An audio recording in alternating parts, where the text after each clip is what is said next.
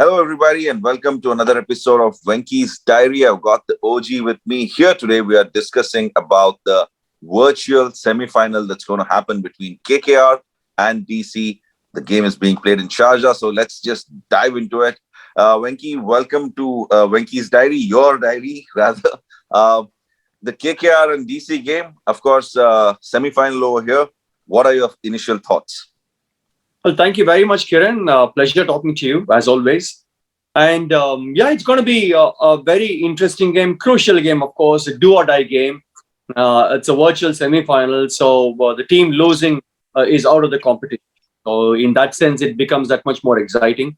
What I think about the game is, look, KKR has had just one rest day after playing their qualifier, rather eliminator. And DC, after playing the qualifier one against CS, had two rest days. It's interesting, isn't it? So KKR is going to come into this game after one rest day, whereas DC is going to come into this game after 2 days of break. So they're well rested. They've regrouped. They would have probably discussed quite a few things, and it's going to be even more interesting for the simple reason that KKR would be going into this game with more confidence. I would say.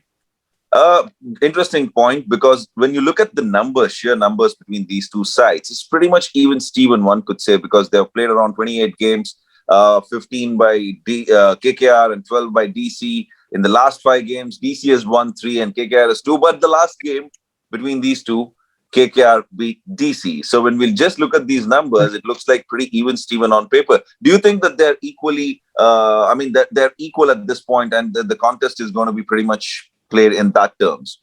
Oh, definitely, yes. It's going to be equally balanced. Both are very good teams. And though KKR has won, slightly more than DC when you compare head to head. In this IPL 2021, DC has done superbly well, and that's one of the reasons why they're being at the number one position in the points table. So they would like to take that confidence into this game. Yes, as you rightly mentioned, KKR did win the game against DC when they played last, and at the same venue. So they would go in with that confidence, and also having won the previous game against RCB. So it's in terms of players matchup, Kiran, it is pretty much the same. So it is definitely going to go down to the wire. There is no doubt about it. In the previous game, we saw how the game got closer. I'm talking about DC and CSK game, and I was observing Ricky Ponting's expressions. He wasn't happy the way the match ended. So coming in today's game, what do you think are the areas of concern for DC, and how do you think the team would have addressed? And by the way, I just want to put you, I'm sure you're aware of it, there are news that Marcus Stoinis is fit. So if he's fully fit, would you right away bring him in place of Sam Curran? Wow, I mean it's a brilliant question, and I didn't know that. I feel that they would not bring in any new player at this point of time. Yes, he's an integral part of DC's success, Marcus Stoinis, but then he has not played the whole leg, the UAE leg especially. This IPL phase 2. So in that sense, they would not like to bring in. Tom Curran has already played the previous game, so in that sense, he's in the groove base, knows what to expect, and so I don't think there would be many changes in both the squads, or any changes for that matter. But the concern that you asked me about Delhi Capitals is one is Shreyas Iyer's batting. He needs to fire. For Delhi Capitals to sort of score big or put a big score on board, he needs to fire, because the openers are doing a pretty good job, both Shikhar Dhawan and Prithvi Shaw. So Shreyas Iyer is somebody who is not fired, and they would be looking at Shreyas Iyer to score some runs, and of course Rishabh Pant and Shimron Hetmeyer are doing well. And the other concern, Kiran, for DC is the spinners. So spinners. I'm very surprised to see Ravichandran Ashwin bowling just 3 overs in the last 2 games. The last league match, RCB, I suppose, and the Chennai Super Kings game, the qualifier one. I mean, put together both the matches put together, he has bowled just 3 overs in his 8 overs in a score of Wow. 8. So, sorry, that I feel is a big concern for Rishabh Pant and Delhi Capitals, because they're playing at Sharjah, and we have seen the pitch does assist spinners. It is slow, it is low. There is a bit of turn as well. So Rishabh Pant will be definitely expecting both Akshar Patel and Ashwin to sort of bowl well, bowl in good areas, and give him that confidence to finish off their quota of overs. So he doesn't have that confidence, especially with Ravichandran Ashwin. I say. Yeah, two interesting points. One, obviously, with the bat, Shreyas Iyer needs to fire for DC because they need that starts to be converted in the middle. And of course, Ravi Ashwin, which is a fair point what you have raised. 3 overs in 2 games is quite a shocker. Absolutely, because see, both of them, both Akshar and Ravichandran Ashwin, they are part of the World Cup squad. Right? So it is important for them to get those overs, bowl those overs, their quota of overs, do well for their team, and take that confidence into the World Cup as well. So, I mean, by not bowling their quota of overs, it's a concern for Virat Kohli as well going into the World Cup, isn't it? So that's why today's game, if you look at DC and KKR, Rishabh Pant would be looking at Ashwin and Akshar to complete their quota of overs and also be economical. And maybe with a couple of wickets, definitely they can put pressure on KKR, like what their spinners are doing. Yeah. I think the only spinner who's been picked up for the Indian squad who's been bowling all 4 overs of his quota has been Varun Chakravarti. The rest of them, including Ravindra Jadeja, have been bowling 1, 2, or 3 overs at max. So that's an area that we can touch upon in our one of the episodes where we do the Indian squad for the World Cup. But yeah, I hear you loud and clear. The 2 areas where DC needs to be focusing on. Coming to KKR, of course, coming back from a victory, having beaten DC in the previous game. But still, if you want to kind of be critical over here and say that, hey, you know what, there are still lots of places where we can improve. What are the rooms or areas where KKR would be looking to improve? Oh, definitely Owen Morgan's form. That's another concern. but I have a counter question, Venky. Do you think Owen Morgan would be absolutely fine if his form continues to be awful, but they win the Premier League? Oh yeah, definitely. Yes.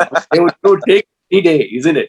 Yeah, he's handling the team quite well. He's rotating the bowlers quite well. And also, what a move that we saw promoting Sunil Narine in the previous game. Absolutely. In the eliminator, I think that really worked for them. So yes, I mean, there is on one side a bit of inexperience, Rishabh Pant, inexperienced Rishabh Pant as far as the leadership and captaincy is concerned. On the other side, a very, very experienced Owen Morgan. So again, it's going to be a battle of inexperience against the experience as far as the captaincy is concerned. But Owen Morgan's form definitely is a concern because look, you can't keep expecting Shubman Gill or Venky Iyer or Nitish Rana and Tripathi to keep scoring runs. At some point of time, you need Owen Morgan to fire, isn't it? So I think they're missing out on that.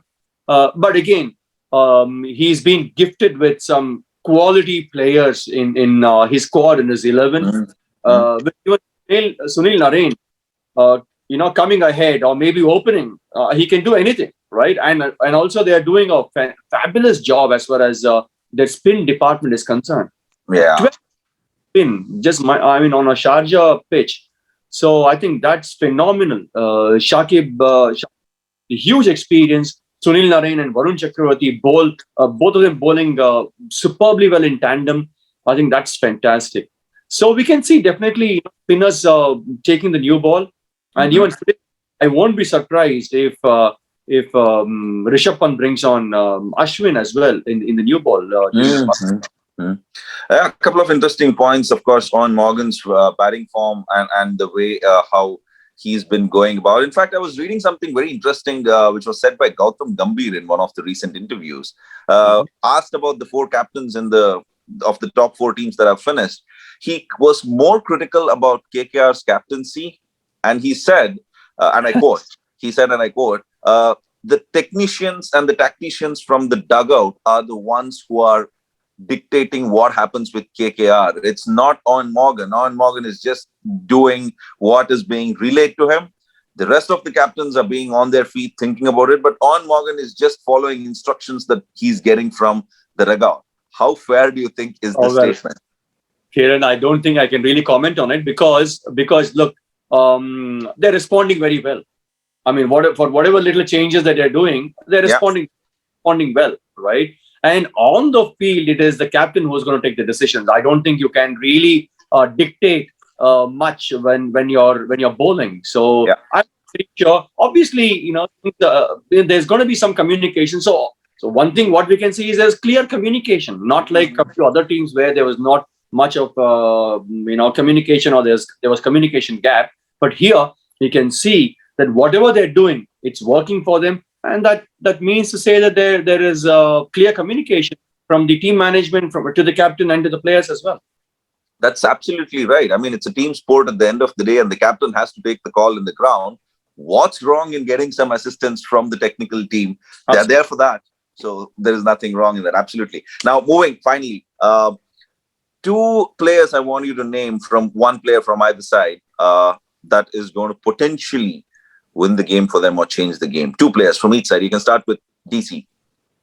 Definitely Rishabh Pant is somebody who can change the game with his batting, and of course I would like to see again Rishabh Pant rotating the bowlers and make use of the best of his bowlers, because last game we saw Rabada not completing his so he was left with 1 over. So I think I want him to use the best bowlers and make sure that they complete their overs, and also their spinners to finish their quota of overs, since they're playing at Sharjah.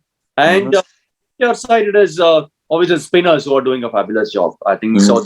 Fair, I think they're winning the game, and for them, Sharjah pitch is helping, in every possible way, because they're playing spinners. So that is why I come to this point, Kiran, where I would like to say that toss might be crucial. So team winning the toss would like to bowl first. Yeah, we saw that in the previous game as well, especially the games that are being played in Sharjah.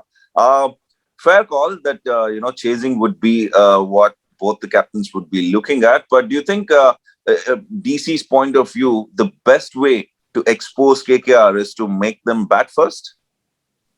I think so. It is not going to be easy to bat first, because there is going to be stickiness on the pitch, so it might stop and come. So it is not going to be easy for the batsman to play the shots. So this is where, if Rishabh Pant wins the toss, he would look to bowl, and later on also there might be some bit of dew as well on the so in that sense. And also, if they get to bowl first, DC, I would think that he would use Ashwin with the new ball. Fair call. We are hoping that we get an exciting game, which is a virtual semi-final, with this being played between KKR and DC. On that note, we're going to end the today's program over here. We're going to come back once again in our next episode, talking a lot more about cricket. Thank you so much, Venky. Thank you very much, Kiran.